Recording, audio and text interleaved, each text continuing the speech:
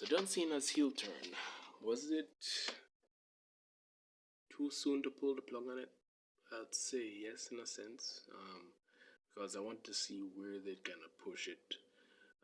As I said in a previous video, I don't know if I posted it on YouTube also, but I did on TikTok.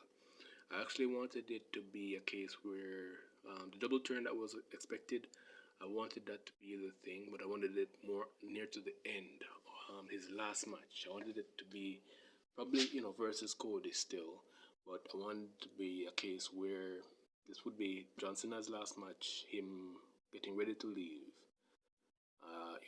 Does something that flips the switch and he turns back face mid match. Um, and maybe him and Cena, him and Cody have the match, and then Cody now turns heel, and because John Cena, said that he wouldn't wrestle anymore, he wouldn't be able to, come back and help and be the guy to take care of the bad guy. He'd have to pretty much be watching from the sidelines while it could create some opportunity for some new stars to come up and develop their own storytelling skills in that process. So part of what I wanted to see is not only John Cena bringing in new stars into his run up until that last match with Cody Rhodes.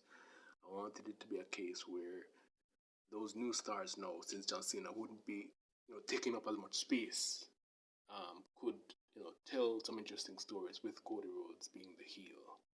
But that's just kind of did a flip was and heel run ended abruptly. But I guess we'll have to live with it and look back at it as just being a part of what makes wrestling wrestling. We never really know when things can just flip like this. Triple H is gonna be getting a lot more blame, a lot more video essays about this going up from all sides of the internet. But it's just one of those things, and who knows? Maybe they'll pull something out of the hat in the next couple of weeks here.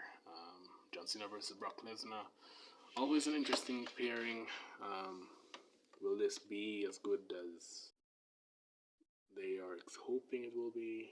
Will the fans be sold on the match? I don't know, but we'll see what happens from here on, and yeah, we'll continue to watch wrestling, I guess. All right.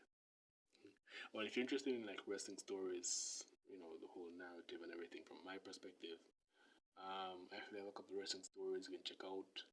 So one of them is from like the referee's perspective, one of them is from the jobber's perspective, one of them from the creative. So you know how we have WBE Unreal. One of them is from the creative control perspective also. Check those out down below. And yeah, that's the video. Alright.